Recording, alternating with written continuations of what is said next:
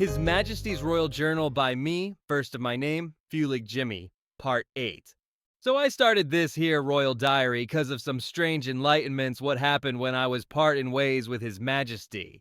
He gave me like 500 warnings about various subsequent consequences and such. That was right when I handed over the fancy deerskin bag with the shiny crest. What Dirty Fred pinched from that Fernandez feller.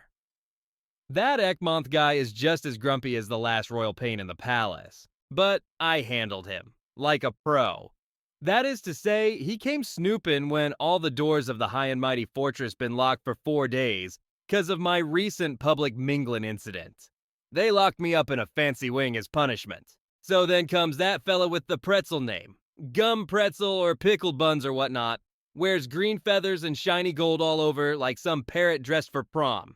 He goes, "Audience time, Your Majesty? Do Your Majesty desire anything?" And I says, "Yep, I sure do." He goes, "And what be that, oh Majesty?" I says, "Get yourself a wig, 'cause your bald head's blazing my eyeballs clean off under these chandelier lights." He goes, "At Your Majesty's command. Your Majesty may specify what sort of wig." So I says, "Make it green.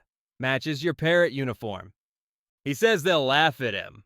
I reassure him most polite, they do that anyway. This way you'll at least match. So then he announces Egmont, who enters looking like he just bit into a lemon made of gunpowder. And we chat one-on-one just cause Gum Pretzel took Egmont's sword belt? Or maybe belt buckle. Who knows? I weren't paying attention.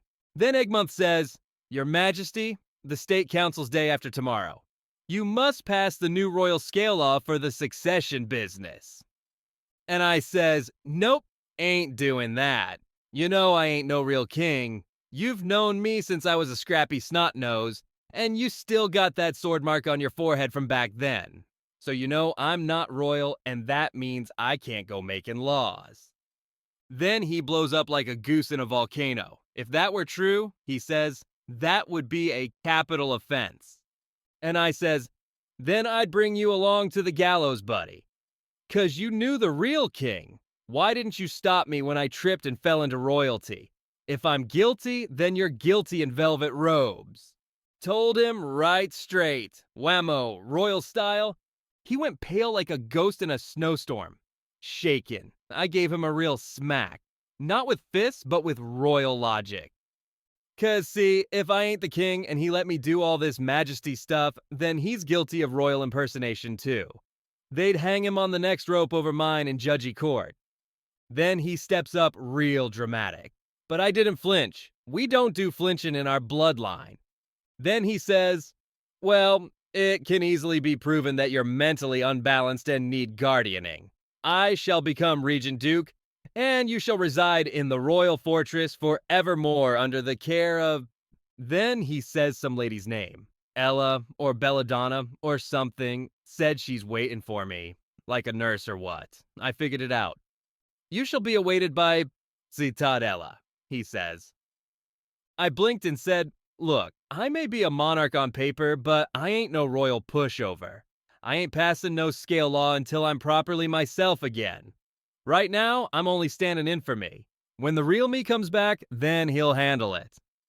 "You got 3 days to think," says he. "If you don't change your tune, I act." You get me, Your Majesty? I says real royal. "I ain't no moron, pal." "And your answer?" "That I might just have a heart attack from laughing at you." He tried to reply, but I royal buzzed the button. The audience is now endified. Then in walks Gum Pretzel again, now wearing a white wig with a black bow on the back, like some confused elderly ballerina. Egmont leaves, shaking with rage like a leaf in a thunderstorm. Gum Pretzel says, "This wig is a classic French Allonche design. Will it do, Your Majesty?" I goes, "With that ribbon, you look like a loopy old granny thinking she's a teenage girl. But better than blinding me with that polished ball dome of yours." So off he went, and from behind he looked like some weird flying device with a ribbon propeller. I headed to the library room and grabbed a bottle of brandy hidden behind the book stash. I drank it. Later, my butler appears and goes, the bed has arrived. They dressed me in silk for the night, and I was just about to lie horizontal when knock knock. From the painting. Yeah, there's this portrait on the wall showing some old geezer who's supposed to be my dad, Saint Antonio. But then there's more knocking from behind the picture. Turns out it's one of them secret movie-style doors. The portrait slides over and out comes a lady from a hidden hallway. It's the queen, my royal mom. Well, not really my mom. Just the stand-in mother for the stand-in me. She says, "Forgive me, sir. I had no other way to come." I says, "Ain't no other picture in this room, so kindly step out of your frame, royal mama." She steps in. This corridor was only known by me and my late husband. She looked real sad. My heart kind of thumped funny. I felt sorry for her. Real sorry. "What can I do, your royal momness?" "Please don't sign the scale law." She fiddles with her hair a bit. "I must trust you," she says. "You seem simple, but smart and kind." Then she grabs my hand like some sweet village lady. Felt nice, like when your real mom holds your hand and you're 6 years old and falling off the stairs. I had a mom once, not just kings got moms, you know. Then she goes, "Listen to me, son." That's what she said. "Egmont, my brother, wants the crown for himself. If you sign that law and something bad happens to you, say Warren stabs you up good, then the new law says either I or he could take the crown. But under the current law, only a full-blooded Saint Antonio can rule." I says, "That Egmont's a sneaky rat with a sword scar." He's scared. Very scared. Of what? And then she tells this wild story like out of some dime novel. 20 years ago, she weren't no queen yet. Just the wife of Wilbur Theodore, a frigate captain. They had a kid. The old prince, Saint Antonio, saw her in Tahiti and fell for her. But she never even spoke to him, being proper and married and all.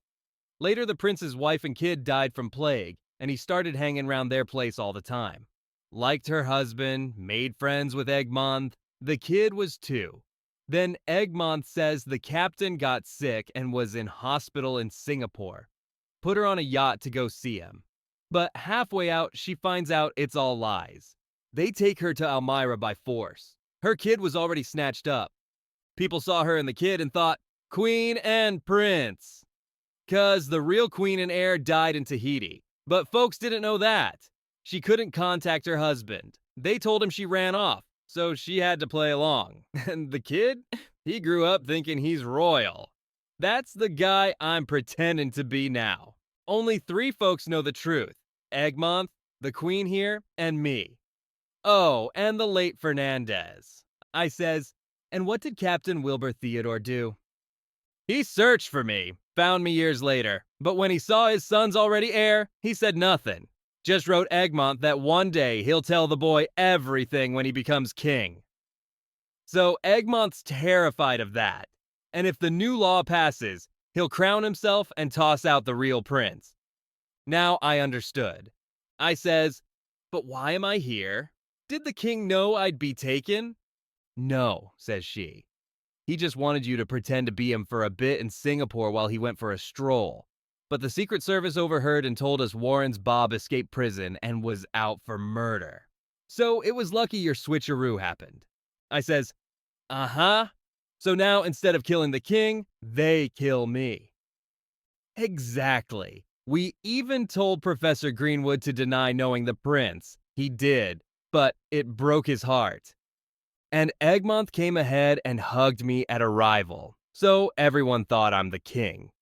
She says, "If you want to get out of this danger, now's your chance."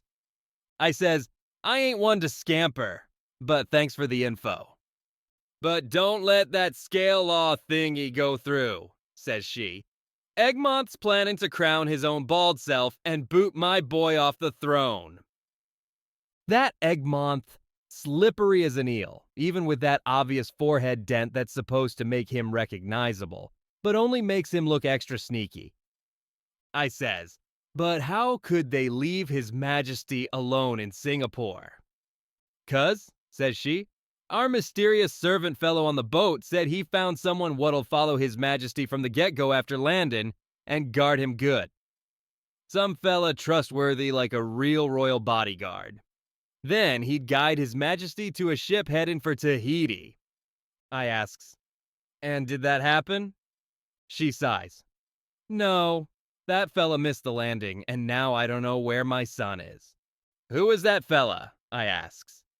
She looks at me and goes, the man you locked in a box for 24 hours. Dirty Fred, the captain.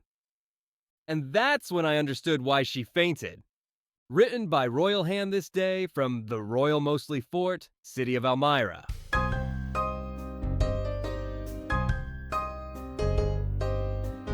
To be continued.